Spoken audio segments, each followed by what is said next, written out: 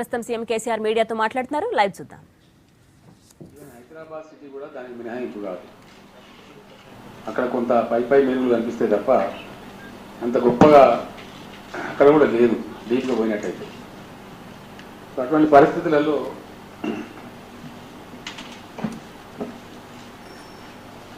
విషయం కొంతమందికి అర్థం అవుతుండొచ్చు, కొంతమంది కాకపోవచ్చు.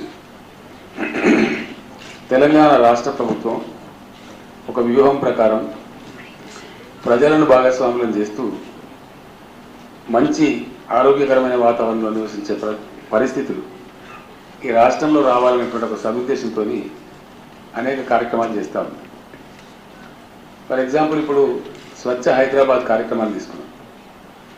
స్వచ్ఛ హైదరాబాదు నాతో పాటు గవర్నర్ గారితో పాటు మొత్తం క్యాబినెట్ మంత్రులు, మొత్తం చీఫ్ సెక్రటరీ గారితో సహా ఐఏఎస్, ఐపీఎస్, ఐఎఫ్ఎస్ అధికారులు అందరూ కూడా కలిసి అడాప్ట్ చేసి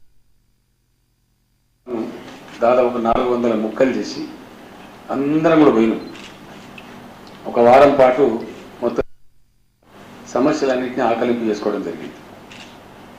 ఆకలింపు చేసుకున్న తర్వాత అప్పటికప్పుడు తాత్కాలికంగా కావాల్సిన కొన్ని పనులు అక్కడికక్కడనే వాటిని చేసాం. ఆ తదనంతరం కొన్ని పనుల గురించి వాళ్ళు ప్రజలకు రిప్రజెంటేషన్స్ ఇచ్చినారు వెళ్ళిన వాళ్ళందరికీ. అవి దాదాపు 200 కోట్ల రూపాయల వర్క్స్ కోసం వాళ్ళు ఇచ్చినారు. ఆ 200 కోట్ల రూపాయల పనులను కూడా శాంక్షన్ చేసి ఇప్పుడు అవన్నీ టేకాఫ్ అయినాయి. స్వచ్ఛ హైదరాబాద్ సందర్భంగా ఏదైతే పోయినామో అప్పుడు ఇవ్వబడ్డ విజ్ఞప్తులను తీసుకొని ఎస్టిమేట్లు చేయించి 200 కోట్ల రూపాయల పనులు శాంక్షన్ చేయడం జరిగింది. పనులు ప్రారంభం కూడా అయినాయి.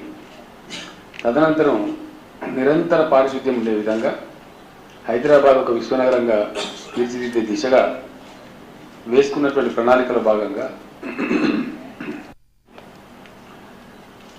ఒక 2500 ఆటో రిక్షాలు ఇప్పటివరకు అంత అస్తవ్యస్తంగా ఉండేది. జిహెచ్ఎంసీ పరిధిలో పారిశుద్ధ్యం గురించి సంబంధించినటువంటి ఒక కనెక్టెడ్ యాక్టివిటీ లేకుండా దానికోసం ఒక 40 లక్షల చెత్త బుట్టలకు, ప్లాస్టిక్ బుట్టలకు ప్లస్ 2500 ఆటో రిక్షాలకు కూడా ఆర్డర్స్ ఇవ్వడం జరిగింది. అవి ఒక్కసారి వచ్చేస్తే మళ్ళీ అధికారులు, గవర్నర్ గారు, నేను అందరం కూడా మళ్ళీ బస్తీలకు వెళ్ళి అది చాలా రెగ్యులేటెడ్ పద్ధతిలో కరెక్ట్గా జరిగేటట్టు ఏర్పాటు చేయాలని చెప్పి ప్రణాళికలు వేసుకొని సిద్ధంగా ఉంది ప్రభుత్వం. అట్లానే హైదరాబాద్లో ఉన్నటువంటి ట్రాఫిక్ సమస్యను దృష్టిలో పెట్టుకొని అక్కడంతా ఒక 21,000 కోట్ల రూపాయలు మల్టీ లెవెల్ ఫ్లైఓవర్స్ కానీ, రోడ్ ఓవర్ రోడ్ కానీ అవలంబించాల్సిన స్ట్రాటజీ అంతా రూపకల్పన జరిగింది. ఇప్పుడు సెప్టెంబర్ మాసంలో వాటన్నిటికి పెద్ద ఎత్తున టెండర్స్ కూడా పిలవబోతూ ఉన్నారు. ఒకసారి ఆటో రిక్షాలు చేతికి వస్తే ఆ టెండర్లు పిలవడంతో పాటు ఈ ప్లాస్టిక్ బుట్టలన్నీ కూడా హైదరాబాద్లో ప్రతి ఇంటికి 2 బుట్టలు చొప్పున సరఫరా చేసి బ్రహ్మాండంగా ముందుకు పోతాం. ఆ తదనంతరం నేను మున్సిపల్ మేయర్లు మరియు మున్సిపల్ చైర్పర్సన్స్, కమిషనర్స్తో ఒక జాయింట్ మీటింగ్ పెట్టుకున్నాం. పట్టణాల్లో ఉన్నటువంటి దుస్థితి, అక్కడ అవలంబించాల్సిన పద్ధతి అదంతా కూడా ప్రభుత్వం ఒక అవగాహనకు రావడం జరిగింది. దాన్ని ఏ విధంగా తీసుకోవాలనే ఉద్దేశంతో దాని మీద కసరత్తు జరుగుతూ ఉంది. కొన్ని నివేదికలు వచ్చినాయి అవసరాలకు సంబంధించి. కొన్ని మున్సిపాలిటీలకు ట్రాక్టర్లు కొనిచ్చే అవసరం ఉంది, కొన్ని మున్సిపాలిటీలకు లారీలు అంటే డీసీఎం లాంటి వాహనాలు కొనిచ్చే అవసరం ఉంది. ఆ బాబ్ కట్టర్స్ అని, మోరీలు క్లీన్ చేసే మెషిన్స్ కానీ అవన్నీ కూడా సమకూర్చాల్సిన అవసరం ఉంది. వాళ్ళ దగ్గర నిధులు లేవు. ఈ మున్సిపాలిటీలలో అక్రమ లేఅవుట్ల క్రమబద్ధీకరణ కానీ, అక్రమంగా కట్టిన భవనాల క్రమబద్ధీకరణ కానీ మొత్తం కలిపి ఒక స్ట్రాటజీ తీసుకోవాలి. దాన్ని పట్టణ జ్యోతి కార్యక్రమం కింద టేకప్ చేయాలని చెప్పి కూడా ప్రయత్నం చేస్తూ ఉన్నాం. త్వరలోనే ఆ కార్యక్రమం ప్రజల ముందుకు రాబోతుంది. మళ్ళీ ఒకసారి మేయర్లు, చైర్మన్ల యొక్క సమావేశం పిలిచి దాన్ని చేయడం జరుగుతుంది. అదేవిధంగా ఇప్పుడు గ్రామసీమలలో ఉన్నటువంటి ఈ దుర్భర పరిస్థితులు, గ్రామాలను చైతన్యవంతం చేసే దిశగా ప్రజల మధ్యలో ఒక అవగాహన పెంచి వాళ్ళ సంఘటిత శక్తిలో ఉన్నటువంటి బలాన్ని, ఆ పవర్ను వాళ్ళకు గుర్తు చేయడం ద్వారా ముందుకు తీసుకొని పోవాలి. రాబోయే 4 సంవత్సరాలలో కేంద్ర ప్రభుత్వం నుంచి వచ్చే నరేగా లాంటి డబ్బులు కావచ్చు, ఫైనాన్స్ కమిషన్ ఇచ్చే డబ్బులు కావచ్చు, రాష్ట్ర ప్రభుత్వం అంటే ఎస్ఎఫ్సి స్టేట్ ఫైనాన్స్ కమిషన్ నుంచి వచ్చే డబ్బులు కావచ్చు, లేదా రాష్ట్ర ప్రభుత్వం ప్రతి ఏటా సమకూర్చే 1000 కోట్ల రూపాయల నిధులు కావచ్చు, ఇవన్నీ కలిపి చూసినప్పుడు సుమారు 25,000 కోట్లు మనం రాబోయే 4 సంవత్సరాల్లో ఖర్చు పెట్టబోతా ఉన్నాం. సో ఎటుబడితే అంటే అడవులుగా ఖర్చు పెట్టడం కాకుండా గ్రామ సభలు పెట్టి దాంట్లో ఒక ప్రణాళికాబద్ధంగా ఒక క్రమ పద్ధతిలో 4 సంవత్సరాల ప్రణాళికను ఇప్పుడే తయారు చేసుకొని గ్రామ సభలలో చేయాలని చెప్పి గ్రామజ్యోతి కార్యక్రమాన్ని తీసుకోవడం జరిగింది. ఈ కార్యక్రమం అంటే తద్వారా ప్రభుత్వం యొక్క భావన ఏంటంటే రాష్ట్రం మొత్తం కూడా ఒక ఆరోగ్యకరమైన వాతావరణంలో మంచి శానిటరీ కండిషన్స్లో ఈ ప్రతి ఇంటికి టాయిలెట్లు కట్టేటువంటి పనితో సహా పారిశుధ్య కార్యక్రమాలు, మురుగునీటి డిస్పోజల్ అన్నీ కూడా ఒక సమగ్రంగా జరగాలని చెప్పి ముందుకు పోతా ఉన్నాం. ఇటు ఒక హైదరాబాద్ని మినహాయించి తెలంగాణ డ్రింకింగ్ వాటర్ గ్రిడ్ కింద మొత్తం అంతా కూడా ప్రతి ఇంటికి ట్యాప్ కనెక్షన్ ప్రభుత్వం ఇచ్చి సుమారు 35 నుంచి 40 వేల కోట్ల రూపాయలతోని తెలంగాణ వాటర్ గ్రిడ్ పనులు కూడా జరుగుతూ ఉన్నాయి. నిన్న హుస్నాబాద్లో నేను పర్యటించే సందర్భంలో కొన్ని విషయాల మీద కొంత సందేహం వస్తే మొత్తం పంచాయతీరాజ్ మంత్రి గారిని, సెక్రటరీ గారిని, ఆ డిపార్ట్మెంట్ అందరినీ ఇక్కడికి పిలిపించి ఈరోజు కంప్లీట్ రివ్యూ కూడా చేయడం జరిగింది. ఆ కార్యక్రమం చాలా ముమ్మరంగా జరుగుతూ ఉంది. వీలైతే అవకాశం ఉంటే రాబోయే 2 సంవత్సరాల్లోనే 90% రాష్ట్రానికి డ్రింకింగ్ వాటర్ అందించాలన్న లక్ష్యంగా కూడా ప్రభుత్వం కదులుతూ ఉంది. ఏమైనా లాస్ట్లో ఉండేటువంటి కొన్ని కటింగ్ ఎడ్జెస్ ఉంటే ఇంకొక 6 నెలలు పట్టవచ్చు, కానీ నెక్స్ట్ 2 ఇయర్స్లోనే ఎట్లా పనులు కంప్లీట్ అవుతుంటే అట్లా ఇచ్చుకుంటూ పోవాలని చెప్పి జరుగుతూ ఉంది. ఇదంతా కూడా ఏంటంటే ఆంధ్రప్రదేశ్ రాష్ట్రం నుంచి మనకు సంక్రమించినటువంటి వారసత్వంలో వచ్చినటువంటి అనేక జబ్బులు, అనేక అవకతవక కార్యక్రమాలు, అనేక ఇబ్బందులు అధిగమించే దిశగా తెలంగాణ రాష్ట్రం తనకు తానుగా ఉన్నటువంటి వనరులను, వసతులను, అందుబాటులో ఉన్నటువంటి మానవ వనరులను అన్నీ కూడా సింక్రనైజ్ చేసి ముందుకు తీసుకుపోయేటువంటి ఒక బాధ్యతాయుతమైనటువంటి కార్యక్రమం. అంటే పల్లె నుంచి హైదరాబాద్ వరకు కూడా హ్యాండ్ ఇన్ హ్యాండ్, చేయి కలిపి నడుస్తున్నట్టుగా పనులు జరగాలనే లక్ష్యంతో ఈ కార్యక్రమాన్ని చేస్తూ ఉన్నాం. దీంట్లో అక్కడక్కడ కొన్ని అపార్థాలు జరుగుతూ ఉన్నాయి. సరే, కొంతమంది నాయకులు లేనిపోని ఆరోపణలు కూడా చేస్తూ ఉన్నారు. ఇక విమర్శించడమే మా పని, మేము నోరు తెరిచినామంటే ప్రభుత్వాన్ని విమర్శించాలి అనేటువంటి ఒక పనికిమాలిన ఆలోచన పద్ధతిలో ముందుకు సాగుతూ ఉన్నారు. అది కరెక్ట్ కాదని చెప్పి అందరికీ నేను అప్పీల్ చేస్తూ ఉన్నాను. దీంట్లో గ్రామజ్యోతికి సంబంధించి పంచాయతీరాజ్ వ్యవస్థలో పనిచేస్తున్నటువంటి ప్రతి ప్రజాప్రతినిధి దీనిలో భాగస్వామి. దానిలో ఎంపీటీసీ మిత్రులు మాకు దీనిలో కమిటీలలో సభ్యత్వం ఇవ్వలేదు, లేదా మాకు అవకాశం ఇవ్వాలని అంటున్నారు. 100% వాళ్ళ కోరికను నేను సమర్థిస్తున్నాను. వాళ్ళ న్యాయమైన డిమాండ్ అది, అందులో ఎటువంటి అది లేదు. ఒక ప్రజాప్రతినిధిగా తెలిసి ఉన్నప్పుడు డెఫినెట్గా మేము కూడా పాత్ర వహించాలి, మేము కూడా పనిచేయాలని చెప్పి వాళ్ళు ఆలోచించడంలో ఎటువంటి తప్పు కూడా లేదు. అది మంచి డిమాండే, అది తోసిపుచ్చవలసిన డిమాండ్ కాదు. నేను హైదరాబాద్ చేరిన వెంటనే ఈరోజే అనుకున్నాం, నిన్న ఫైనాన్స్ మినిస్టర్ గారు నేను కూడా మేము ఆలోచన చేసినాం. వారు ఎంపీటీసీలను కూడా పూర్ణ స్థాయిలో సర్పంచ్తో సమానంగా భాగస్వామ్యం చేసేటువంటి ఆదేశాలు ప్రభుత్వం నుంచి కూడా విడుదల చేస్తాం. కాబట్టి నా కోరిక, నా రిక్వెస్ట్, సంస్థలో ప్రజాప్రతినిధులు ఉన్న మీరందరూ కూడా చాలా పెద్ద బాధ్యతను కలిగి ఉన్నారు. ఎమ్మెల్యేలు, ఎంపీలు ఎట్లయితే ఎలక్ట్ అయినరో మీరు కూడా అట్నే ప్రజల చేత ఎన్నుకోబడి ఉన్నారు. కాబట్టి ఈ భేదాభిప్రాయాలు పెట్టుకోకుండా అందరూ కలిసికట్టుగా ఒక యూనిఫైడ్గా గ్రామసీమలను అభివృద్ధి చేసేటువంటి ఒక మంచి కార్యక్రమం కాబట్టి దాన్ని ముందుకు తీసుకుపోవాలి. రాజకీయాలు సరే, ఎలక్షన్ వచ్చినప్పుడు ఎవరు అప్పీలు చేసుకుంటాం, మంచిగా పనిచేసిన వాళ్ళని ప్రజలు ఆదరిస్తారు, అది రాజకీయాలకు సంబంధించి. ప్రస్తుతానికి రాజకీయాలు లేవు మన దగ్గర. ఏ 1, 2, 3, 4 మున్సిపాలిటీలు మినహాయిస్తే పెద్దగా ఎన్నికలు జరగాల్సిన సందర్భాలు కూడా లేవు.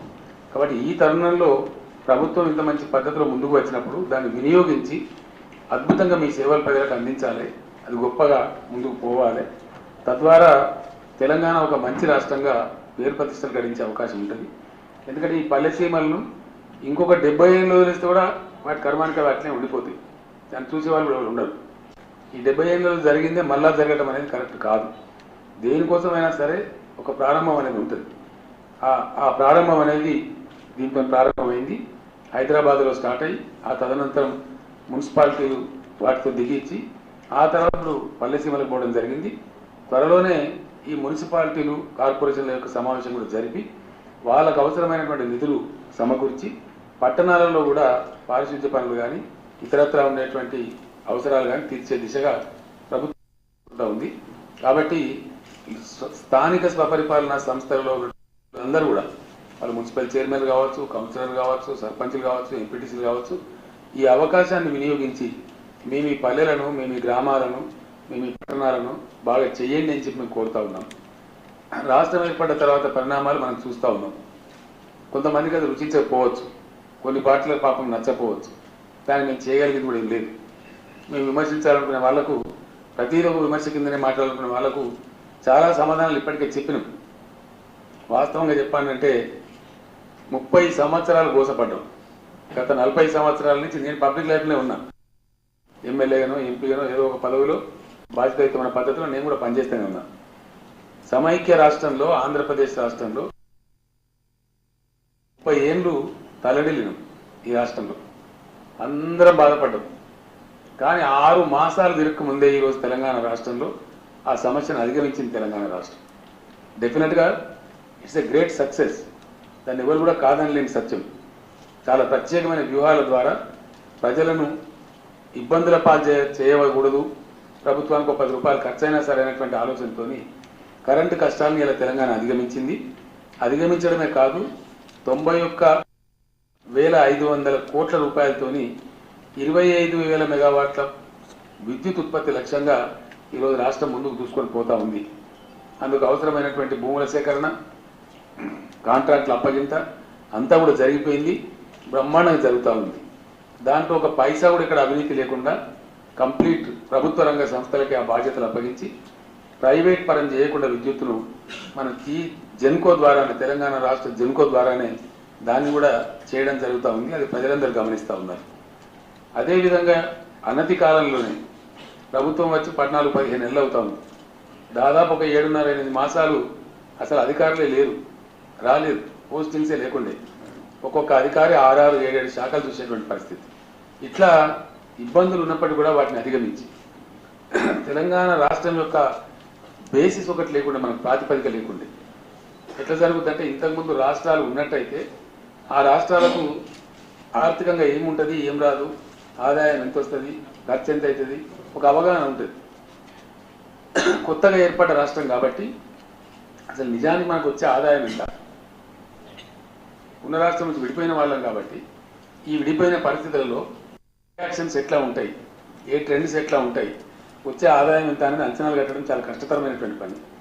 అయినప్పటికీ ఆ కష్టాలన్నీ అధిగమించి గత ఆర్థిక సంవత్సరం నెట్టుకుపోయాం. ఈ సంవత్సరం పటిష్టంగా బడ్జెట్ రూపకల్పన చేసుకుని పెట్టినాం. అంచనాలకు తగ్గట్టుగానే బడ్జెట్ రూపొందించబడ్డాం. చాలా చక్కగా మన రెవెన్యూస్ ఉన్నాయి. ఒక క్వార్టర్ జరిగిపోయింది కాబట్టి ఆ క్వార్టర్లో వచ్చినటువంటి ట్రెండ్స్ చూసినప్పుడు చాలా ఆరోగ్యకరంగా తెలంగాణ ఆర్థిక పరిస్థితి కూడా ఉంది. కొన్ని పత్రికలు పనిగట్టుకొని, కొంతమంది వ్యక్తులు, కొన్ని పార్టీలు తెలిసి తెలియక అమాయకంగా వాళ్ళ పరువు తీసుకునే పద్ధతిగా వాళ్ళు కొన్ని వార్తలు సృష్టిస్తూ ఉన్నారు. ఇది సమంజసం కాదు. కనీసం ఒక ఆర్థికపరమైనటువంటి రాష్ట్ర పరిస్థితిని మాట్లాడేటప్పుడు ఆర్థిక శాఖ మంత్రిని అడగాల, సెక్రటరీని అడగాల, స్టేట్మెంట్లు ఇచ్చే ముందు కూడా ఫ్యాక్ట్స్ తెలుసుకోవాలి. అది ఏం లేకుండానే రాష్ట్రం దివాలా తీసింది ఏదో ఆయన ఎవరో పేపర్లో రాస్తాడు, దాన్ని పట్టుకొని ఇంకో లీడర్ మాట్లాడతాడు. ఇటువంటి ఒక కలగాపులగమైన పరిస్థితులు చూస్తూ ఉన్నాం. కొన్ని సందర్భాలలో నవ్వానో ఏడవానో కూడా అర్థమే తెలియదు. ఇక్రా అని ఒక సంస్థ ఉంటుంది, మీ అందరికీ తెలుసు, రేటింగ్స్ ఇచ్చే సంస్థ. వాళ్ళు క్రెడిట్ రేటింగ్ అంటారు దాని పేరే క్రెడిట్ రేటింగ్ ఏజెన్సీ ఇక్రా. దాంట్లో తెలంగాణ రాష్ట్రానికి ఏ రేటింగ్ ఇవ్వడం జరిగింది? వాళ్ళు చాలా తక్కువ రాష్ట్రాలకు ఉంటుంది దేశంలో. నాకు తెలిసి మన పైన 1-2 రాష్ట్రాలనే తప్ప ఈ మధ్యన ఇక్రా అనే సంస్థ తెలంగాణ రాష్ట్రం, దాని ఆర్థిక స్థితిగతి, ఆర్థిక పటిష్టత, రాష్ట్రంగా ముందుకు పోతున్న పద్ధతుల మీద ఇక్రా అనే సంస్థ తెలంగాణ రాష్ట్రానికి ఏ రేటింగ్ ఇవ్వడం జరిగింది. ఆ విధంగా ఆ పరిస్థితులు గమనించకుండా కూడా కొంతమంది లేనిపోని ఆరోపణలు, లేనిపోని కథలు మాట్లాడుతూ ఉన్నారు. అది కూడా రాష్ట్ర భవిష్యత్తుకు ఏ రకంగా మంచిదో వాళ్ళే ఆలోచించుకోవాలని చెప్పి నేను విజ్ఞప్తి చేస్తూ ఉన్నాను. ఈ రకంగా పరిస్థితులన్నీ అవగాహన చేసుకొని ఒక మంచి పద్ధతిలో ముందుకు పోతూ ఉన్నాం. ఇరిగేషన్ ప్రాజెక్టుల విషయంలో వస్తే గతంలో చాలా అవకతవకలు జరిగినాయి. డెఫినెట్గా నిస్సందేహంగా మనం చెప్పుకోవాల్సిన అంశం ఏంటంటే ఆంధ్రప్రదేశ్ రాష్ట్రంలో ఇరిగేషన్ విషయంలో తెలంగాణ ప్రాంతం చాలా భయంకరంగా దగాపడ్డది. ఆ విషయం మనందరికీ కూడా తెలుసు. చాలా గొప్పగా మోసగించబడ్డది. చాలా ప్రాజెక్టులు రూపకల్పన జరిగింది, పేపర్ల మీద ఉన్నాయి తప్ప రైతుల పొలాల్లోకి నీరు రాలేదు. అవన్నీ కూడా మనకు కనపడతా ఉన్నాయి మన కన్న ముందర. ఇప్పుడు ఎస్ఎల్బిసి పరిస్థితి ఏంటి? సంవత్సరాలు అయింది, 35-40 సంవత్సరాలు అయితే ఎక్కడ వేసిన అక్కడ గొంగల్లాగా ఉంది. ఫారెస్ట్ క్లియరెన్స్లు రావు, ఇంకొకటి రాదు, మొత్తం నీళ్లు రావు. మనకు చేసినటువంటి ప్రాణహిత చేవేళ్ల ప్రాజెక్టు దానికి మహారాష్ట్ర ఒప్పుకోలేదు, అక్కడ బ్యారేజ్ నిర్మాణం కాలేదు. కానీ చేవేళ్ల కాడ పోయి తవ్వుతా ఉన్నారు. చేవేళ్ల దగ్గర కాలువలు తవ్వుతారు, దాని మీద కాంగ్రెస్ నాయకులు ఇప్పుడు ధర్నా చేస్తారు చేవేళ్ల మార్చదని చెప్పి. నేను చెప్పేది ఏంటంటే నేను అధికారికంగా టీఆర్ఎస్ అధ్యక్షుని హోదాలో ఎన్నికల పర్యటన చేసేటప్పుడు, ఎన్నికల సభల్లో చెప్పేటప్పుడు నేను అదే రంగారెడ్డి జిల్లాలో వికారాబాద్ పరిగి మీటింగ్లలో నేను చెప్పిన రంగారెడ్డి జిల్లాకు ఎట్టి పరిస్థితులలో చేవేళ్ల ప్రాణహిత చేవేళ్ల ద్వారా నీళ్లు రావు, నీళ్లు తెచ్చిచ్చే పద్ధతి అది కాదు. కాబట్టి మీకు పాలమూరు ఎత్తిపోతల పథకం ద్వారా నీళ్లు వస్తాయి, మేము తెచ్చిస్తాం రేపు రాష్ట్రంలో అని చెప్పి చెప్పడం జరిగింది.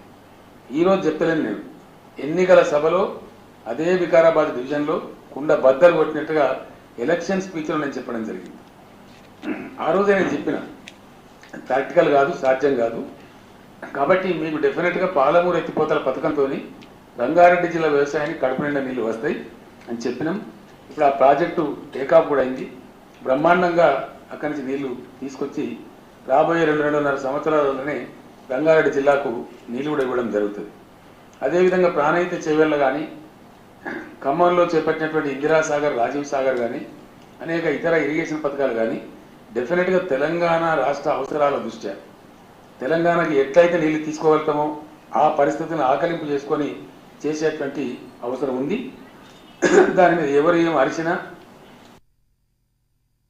ఏం చెప్పినా తెలంగాణ రాష్ట్ర ప్రభుత్వం, టీఆర్ఎస్ పార్టీ ప్రభుత్వం డెఫినెట్గా తెలంగాణ ప్రజల యొక్క, రైతుల యొక్క సంక్షేమం కోసం పనిచేస్తుంది తప్ప ఎవరో గొంతెమ్మ కోరికలు కోరితే పని చెయ్యం కాక చెయ్యమని నేను చెప్తా ఉన్నాను. మా ప్రాణం పోయినా సరే, ఎందుకంటే తెలంగాణకు తొలి రాష్ట్రం, తొలి ప్రభుత్వం ఇలా టీఆర్ఎస్ ప్రభుత్వం. మేము ఒక్క తప్పటడుగు వేస్తే కొన్ని తరాలు దెబ్బతింటి, కొన్ని జనరేషన్స్ నష్టపోతాయి. కాబట్టి ఎట్టి పరిస్థితుల్లో ఆ తప్పులు జరగనీయం. ఎవరు ఏం అరిసినా ఏం గీపెట్టినా పకడ్బందీ ప్రణాళికతో చాలా పకడ్బందీగా ముందుకు పోతాం. ఇంకొక విషయం కూడా నేను మీ దృష్టికి తెచ్చేది ఏంటంటే, వాస్తవాలు ఎట్లా ఉంటాయంటే, లోక్సభలో అప్పుడు తెలంగాణ బిల్లు పాస్ చేసేటువంటి బిల్లు ప్రవేశపెట్టబడ్డది. ఫార్మాలిటీ కోసం అది మన రాష్ట్ర అసెంబ్లీకి, అప్పుడున్న ఆంధ్రప్రదేశ్ అసెంబ్లీకి పంపించడం జరిగింది. ఆ సందర్భంలో ఆ రోజు ఉన్నటువంటి ముఖ్యమంత్రి కిరణ్ కుమార్ రెడ్డి తెలంగాణ రాష్ట్ర ఏర్పాటు అవసరం లేదు, దేశంలో మేము సంపూర్ణ న్యాయం చేసినాం, ఇగో ఇరిగేషన్ రంగంలో 1280 టీఎంసీలు కేటాయించినామని చెప్పి శాసనసభకు ఒక అధికారిక నివేదిక ఇవ్వడం జరిగింది. అంటే 1280 టీఎంసీ తెలంగాణ రాష్ట్రంలో ఉండేటువంటి సాగుకు అనుకూలమైన భూమి, కల్టివేబుల్ ల్యాండ్ అంటాం మనం.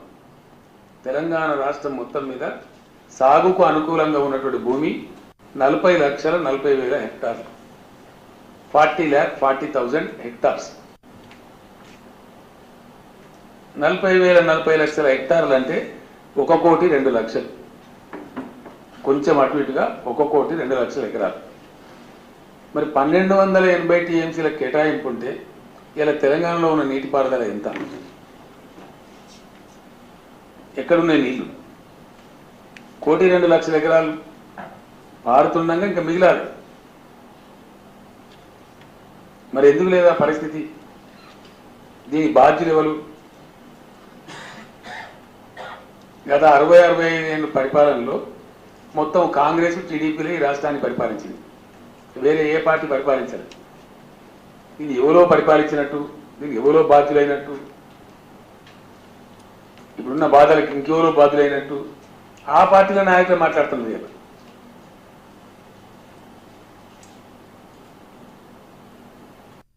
సమంజసం అనేది ప్రజలు కూడా ఆలోచించాలి. ఆ పార్టీలు కూడా ఆత్మావలోకనం చేసుకోవాలి. ఏదో మాట్లాడాలి కాబట్టి మాట్లాడాలి, గవర్నమెంట్ విమర్శిస్తేనే మేము గొప్ప వాళ్ళం ఏదో ఈ ధోరణి మనకు కనపడతా ఉంది. ఇది కరెక్ట్ అయిన పద్ధతి కాదు. కొత్తగా ఏర్పడ్డ రాష్ట్రంలో ఆనాడు వీళ్ళు ఉద్యమంలో కలిసి రాలేదు, రాష్ట్ర సాధనలో కలిసి రాలేదు. మళ్ళీ అడ్డగోలుగా ఇష్టం వచ్చినట్టు మేము మాట్లాడడమే మా కర్తవ్యం, మేము నిందించడమే కర్తవ్యం, ప్రభుత్వాన్ని విమర్శిస్తేనే మేము పెద్దవాళ్ళం అయిపోతాం అని ఏదో ఘోర తప్పులు జరిగిపోయినట్టు, కాని పనులన్నీ జరుగుతున్నట్టు అవాకులు చవాకులు మాట్లాడుతున్నారు. అది కరెక్ట్ అయిన పద్ధతి కాదు. అది ఎట్టి పరిస్థితులలో కూడా కొత్తగా ఏర్పడ్డ రాష్ట్రం డెఫినెట్గా మన హక్కుల కోసం మనందరం ముందుకు పోవాలి. ఇలా మీరు కొన్ని విషయాలు చెప్తే ఆశ్చర్యపడతారు. నేను రాబోయే కొద్ది రోజులలోనే తెలంగాణ ఇరిగేషన్ పాలసీని మీడియా ద్వారా ప్రజల ముందుకు తేబోతా ఉన్నాం.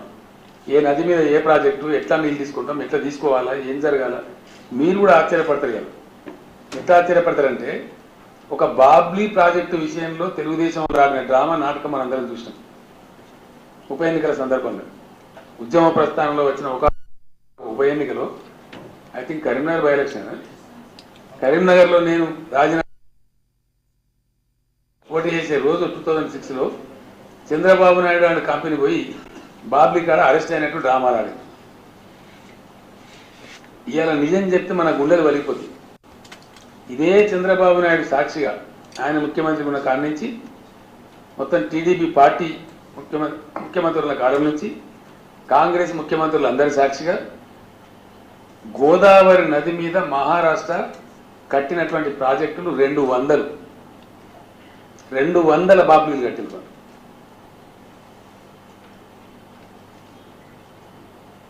ఇవాళ అందుకే మన ఎస్ఆర్ఎస్పీలకు నీళ్ళు వస్తారు.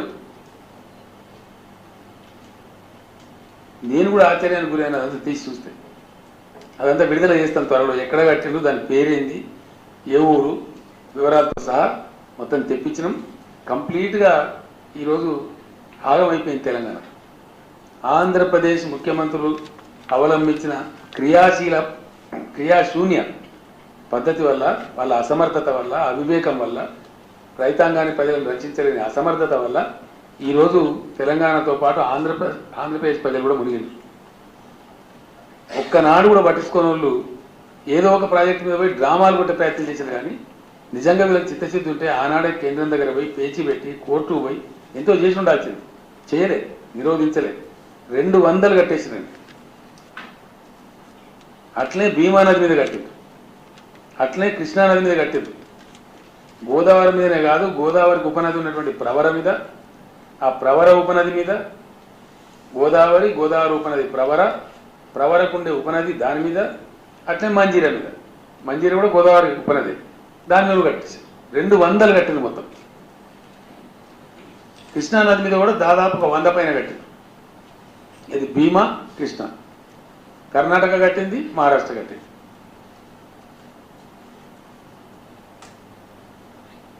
ఆ రోజు ఏ ఒక్క ఆంధ్రప్రదేశ్ ముఖ్యమంత్రి స్పందించలేదు, ఏ ఒక్క నాయకుడు స్పందించలేదు. ఇలా ఆ పార్టీలే మాట్లాడుతుంది, ఆ నాయకులే మాట్లాడుతున్నారు. అవన్నీ ముందు పెడతాం త్వరలోనే. మొత్తం వివరాలు అన్నీ కూడా ప్రజల ముందు పెడతాం. ఈరోజు ఉన్నటువంటి పరిస్థితులలో తెలంగాణకున్న గతి 2 నదులు. మనం తీసుకోవాలంటే, మనం వాడుకోవాలంటే మనకున్న అవకాశం ఒకే ఒక్క చోట ఉంది. That is Indravati. ఇంకా మార్గం కూడా లేదు, దారులన్నీ మూసుకపోయినాయి. ఎక్కడ లేదుగా. తెలంగాణకు సాగునీరు కానీ, పరిశ్రమలకు కావాల్సిన నీరు కానీ, సఫిషియెంట్ తాగునీరు కానీ, ఇతరత్ర అవసరాల కోసం నీళ్లు రావాలి, నీళ్లు తీసుకోవాలంటే ఈరోజు ఉన్న ఏకైక అవకాశం ఇంద్రావతి అండ్ ప్రాణహిత దగ్గర ఉంది. ఈ మాటలు చెప్పి గతంలో ఇంకా మీకు చెప్తే మీరు నవ్వుతారండి. రాజీవ్ సాగర్ అని దుమ్ముగూడ నుంచి తీసుకునే ప్రాజెక్టు పెట్టింది. ఆ ప్రాజెక్టు ఖర్చు పెట్టింది ఇప్పుడు పోయిన కాంగ్రెస్ గవర్నమెంట్ 800 కోట్లు. దుమ్ముగూడెం దగ్గర ఇంటేక్ వెలు లేదు, తట్టెడు మట్టి తవ్వలేదు, నీళ్లు తీసుకునే కాడ పంప్ హౌస్ లేదు, కానీ 800 కోట్లు ఖర్చు పెట్టింది. దేని మీద పెట్టిందండి? 720 కోట్ల రూపాయల పైపులు కొన్నారు. పైపులు, పంపులు, మోటార్లు కొన్నారు. ప్రాజెక్ట్ ఎప్పుడు పూర్తి కావాలి? ఆ పంపులు, మోటార్లు ఎప్పుడు వాడాలి? అవి సిలుము పట్టిపోవాలి. తెలంగాణ నుంచే ఉన్న ఇరిగేషన్ మంత్రుల సాక్షిగా జరిగింది. ఇంత ఘోరమైన ప్రాజెక్టులు కట్టి ఇంత దగా చేసి ఆనాటి ఆంధ్ర ముఖ్యమంత్రులకు వత్తాసు పలికి వీళ్ళు ఇంకా ఈ నాయకులే పెద్ద గొంతులు తీసుకొని మాట్లాడుతూ ఉన్నారు. ఏం చేయాలని చెప్పే ప్రయత్నం చేస్తూ ఉన్నారు. ఇది ఏ రకంగా తెలంగాణ ప్రజలకు మంచిది? ఎవరి కోసం మంచిది? ఇవేం పనికి మాలిన రాజకీయాలు? ఇవన్నీ కూడా వచ్చే శాసనసభ సమావేశంలో, అదేవిధంగా దానికన్నా ముందే మీడియా ద్వారా ప్రజలు కూడా తీసుకెళ్తాం. ఒక్కొక్క ప్రాజెక్టు వివరం ఏంది, ఒక్కొక్క నది మీద ఏం జరిగింది, ఏ ప్రాజెక్ట్ ఎక్కడ నష్టపోయింది, వీటన్నిటిని కూడా ప్రజల ముందు పెడతారు. సరే, వీటన్నిటిని ఒక అధ్యయనం, ఒక బాధ్యతాయుతమైనటువంటి పద్ధతులు తీసుకొని పోవాలి. ఒక అధ్యయనం చేయాలి, అవగాహన చేసుకోవాలి. ఎటువంటి అటు అడ్డదిడ్డంగా చేయడానికి ఉండదు, ఆదరాబాదలు చేయడానికి ఉండదు. ఎందుకంటే కొత్త రాష్ట్రం పునాది రాళ్ళు ఇస్తున్నాం. ఈ పడే పునాది ఏమాత్రం బలహీనంగా ఉన్నా రేపు రాష్ట్రం దెబ్బతింటుంది, ఎటు కాకుండా అయిపోతుంది. ఆ తప్పులు ప్రభుత్వం చేయదలుచుకోలేదు. ఆ లేని ఆదుర్ద, లేని తొందరపాటు పోయి ఏదో ఆగమాగం చేసి చూపెట్టాలనే పిచ్చితనానికి పోయి చేయదలుచుకోలేదు. చేయగలిగిన కొన్ని పనులు డెఫినెట్గా చేసినాం. ఇలా సంక్షేమం, ప్రజల సంక్షేమం డెఫినెట్గా 28,000 కోట్ల రూపాయల ఖర్చుతోని దేశంలోనే నంబర్ 1 రాష్ట్రం ఇలా తెలంగాణ రాష్ట్రం. ఇండియా మొత్తంలో నంబర్ 1 స్టేట్ వెల్ఫేర్ మెజర్స్లో.